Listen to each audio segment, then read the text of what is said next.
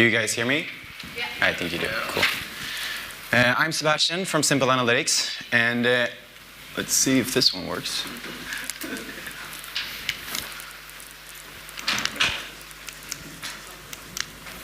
Should I point that way or? No, it's just Oh, whoa. Now you got all my slides. We just thought you'd share everything. Okay, cool. So why listen to me, guys? I've been making my own games, started my own game studio, and we launched about 10 games in a year. And then we realized after that we suddenly started helping more developers, and we started a Slack channel called Indie Help with all of sort of the developer relationships that we'd started. And that led me to start Simple Analytics and go a little bit deeper into the infrastructure. So now today I'm going to talk a little bit about what I've learned, and hopefully you guys can take something out of this. Otherwise it's Mobile Games University, so you should. So I'm going to separate this into 3 sections, which is first how indie game developers and small studios should look at analytics, or could look at analytics. Also then, when is the right time to reach out to a publisher. And then I'm going to give some examples of retention rate from top indie game developers, and also show the importance of the relationship with Apple and Google. So when we first started, we implemented everything for our games, and we thought that was a great idea because then we would be able to see everything. But then we ended up with actually just showing it off to investors and stuff, and the situations where we needed to show that we had something. But for us, it's at Simple now, it's all about actually giving actionable insights and really understanding what to change in your game. So when we launched our first game, we didn't have a great relationship with Apple, and we were not coming from the game sector ourselves, so we really thought about guerrilla marketing, new distribution channels, and trying to figure out how you could reach out. And we got about 5,000 to 10,000 downloads a day without any feature from Apple, but we realized the struggle, that we're not alone. There are like 6,000 games launched every week, and this is a hustle for everyone. So going into how to look at analytics, we realized that for us in the early phase, it's only retention that matters. If you don't have a sticky gameplay on retention on day one, you should sort of scrap that game. Of course, if you're a bigger studio, this is harder, and it's, as an indie game developer, you can afford to make games with lower retention rate, which is also good in a way. I'm going into that a little bit later. And then we see the launch phase, where you need to identify what you've learned and really try to find markets and identify who you should target. And then my game is still alive phase, which is a good phase. Then you can actually start to monetize. And you can go into day 7 to day 30 to day 90 and actually start to improve that. You then know that you have a game that is alive, and you can constantly start that cycle of improving and monetizing. So for you, that most of you guys in here probably know retention rate. So it means that your players are coming back, which is a good thing. And why this is really, really important is that if you don't have a great game, it will be really hard to make it a great game. So you should really look into this as soon as you start, and really try to break it down. Like, who do I want to be as a game developer? Do I want to send my games to catch up and get a good relationship with the best publishers for games that are alive for 1 week, or do I want to strive for being alive on day 14 to day 30 to day 90 to beyond? Because if you're making a game with, let's say, lower than 40% retention day 1, it won't be a chance for you to even have the possibility to improve on that. So although if you have 30% retention, that doesn't say that you will not be featured by Apple, because there are many indie game developers that I will show later that are sticking around a little bit over 20%, 30%, and still getting that feature. So that goes into the question, how can I improve retention? And we realized that it's really hard to improve retention day one if you don't have a fun gameplay. So instead of adding all those notifications and all the things that later on can tweak your game, you should really look into what is the core gameplay here, and what kind of retention do I have on the core gameplay. And then it's basically make a fun game for real. If you can make a fun, sticky gameplay, then you can work around that and work around that gameplay. So what we started doing later on was to start looking on analytics and really see, like, how can this help us? And you should implement it in all of your early prototypes and really try to find your targets and really try to understand on how they're playing your game in a really early phase. We've been throughout this time, we've been talking with King, we've been talking with publishers, we've been talking with a lot of indie game developers. We've gotten a lot of help from smart people, and we've helped as much as we could.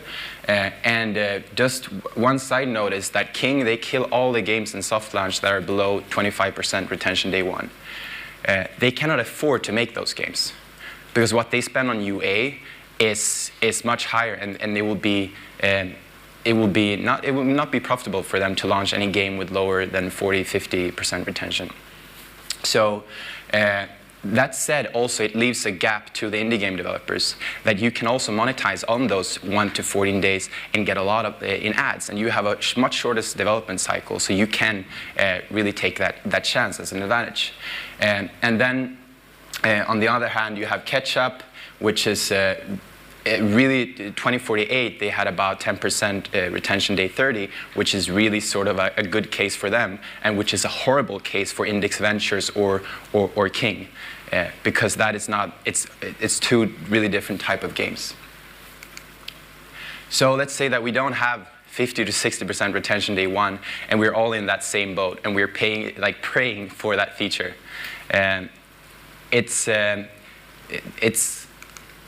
It's really hard. So now I'm going to go into a little bit about how you can build a featured-worthy game and show what I've seen from indie game developers making this really successfully. So first of all, this is a little bit of an example of Colin Lane, based in Stockholm. Great indie game developer, having a really good relationship with Apple, also getting a lot of downloads and making great games. He's a really good example of having the relationship with Apple, giving him that distribution channel and the consistency that they love, and the sort of niche design that they also love, a great example. And then, of course, you should also focus, although you can get featured with low retention, that doesn't necessarily mean that you should just make a game that Apple will love and hope that they will feature you. Because if you can't monetize on day 30 to day 90, you will still have to make a new game that will be featured. And there are like 6,000 games out there, and 15 get the US feature. It will be hard for you to get that feature every week and every month. So when should you reach out to a publisher? And I really encourage all of you to try to self-publish. We did it, and we learned a lot from it. And I also encourage you to try to collaborate with a publisher.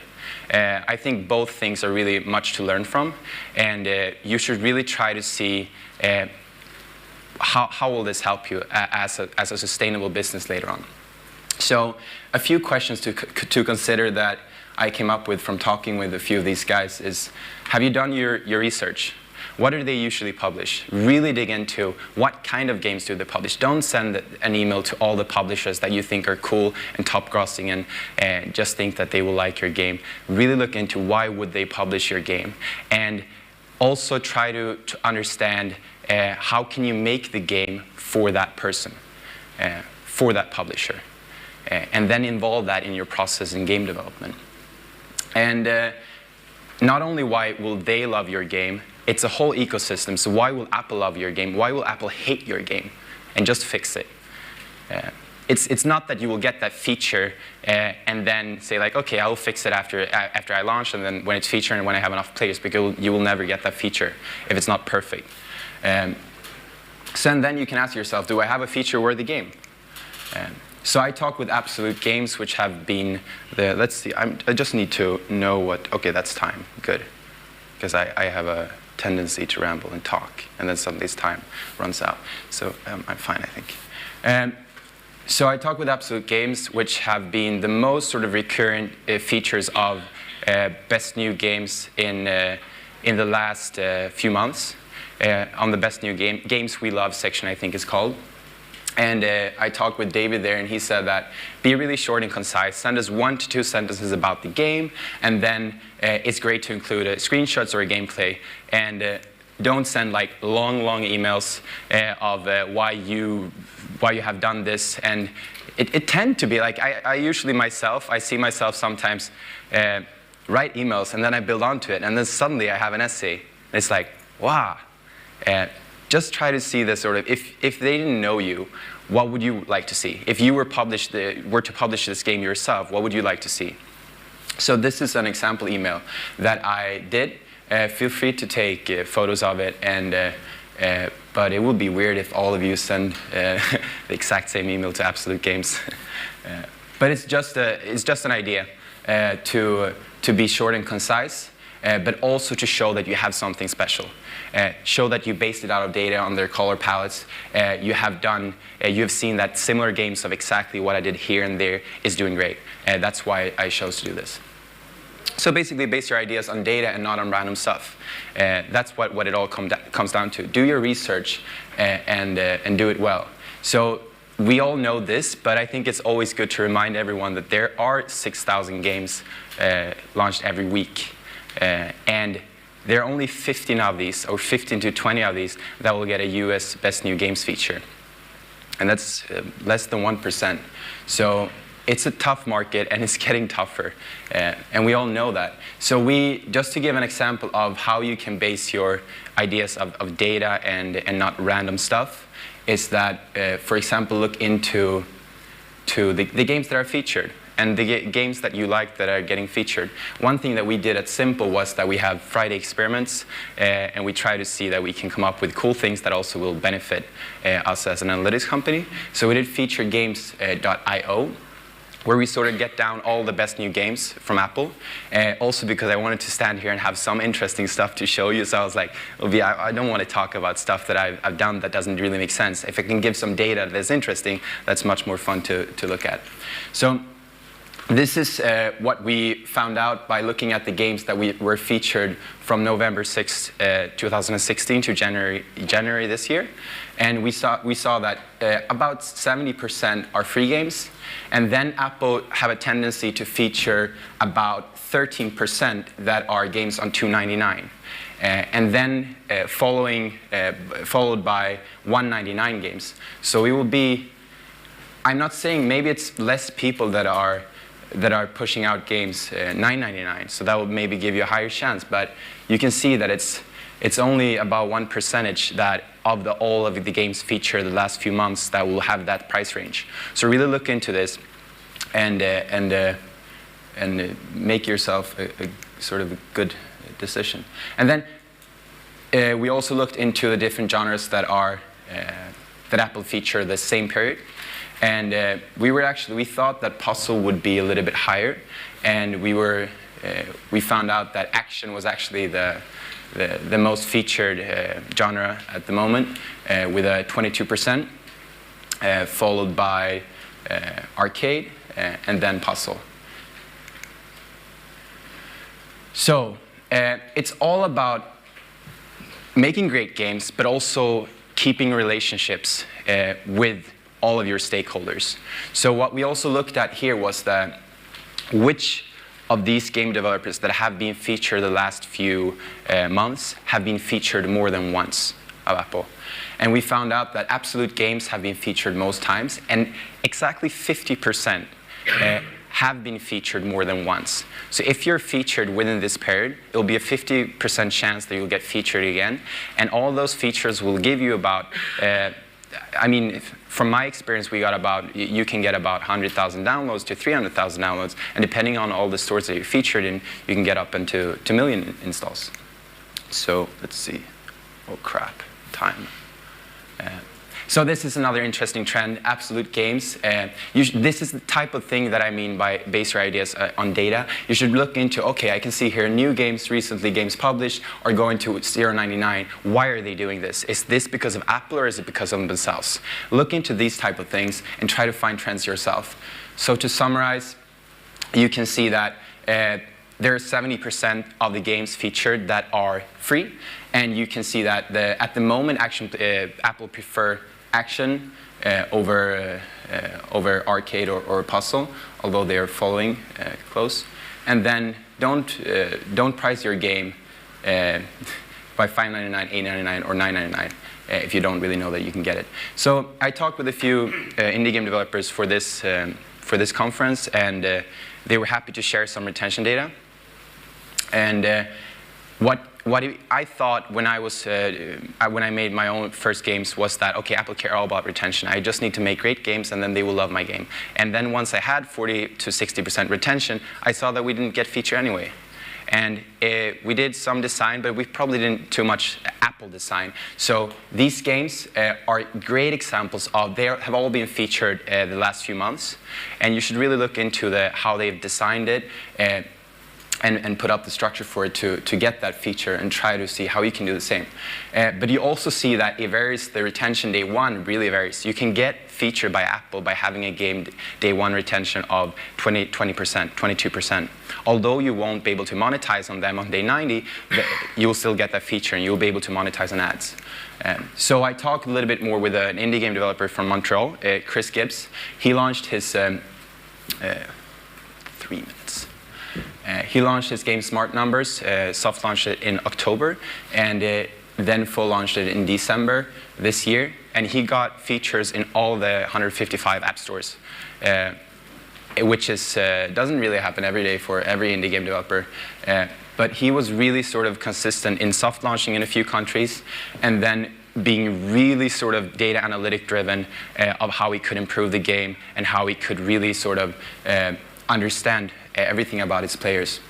So one interesting thing here that he saw was that the features that he got from the puzzle and cardboard, sort of not cardboard, but the puzzle game section, was that he got much higher retention there than when he got more sort of general features. So he saw that he sort of really identified a certain sort of target player by just looking on also the features that he got to see that that retention was much, much better. So this is a lot of text, and it's horrible, I think, as a presentation. But I wanted to have everything there because I think you can learn a lot from it. And I'm going to have everything on Twitter and SlideShare and what it is later on, so you can read everything. But a few of the observations that Chris did, I think, was great. And that he said that I don't really, the localization I could improve, the tutorials I could improve for better retention day one. Also, I had sort of no localization later on for the full launch that I got featured in all countries, and Canada and US I had sort of the best sort of possible scenario for the soft launch. So that's why he thought that with these reasons that they came from different features and came from different places that retention could vary. So that's it. I think I have actually 2 minutes left. Do I have extra questions after those 2 minutes so I can go back for like 1 minute and 57 seconds? I may. I don't know. Let's go here because you can maybe see something.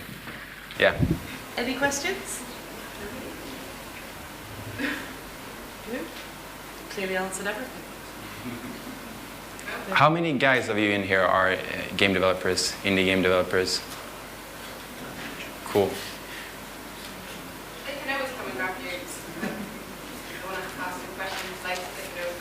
Yeah, for sure. Feel free to email me also. I'm happy to help with what I know, although that's not everything. I guess it's impossible to learn everything in this industry. But I'll be happy to help with as much as I can. And you can just, feel free to just get in touch. I'll put the presentation up on SlideShare and connect with me on LinkedIn. I'll be happy to help. And I didn't want to talk too much about analytics tool, but it's great. You should all get it. Brilliant. That's maybe for next time. Thank you.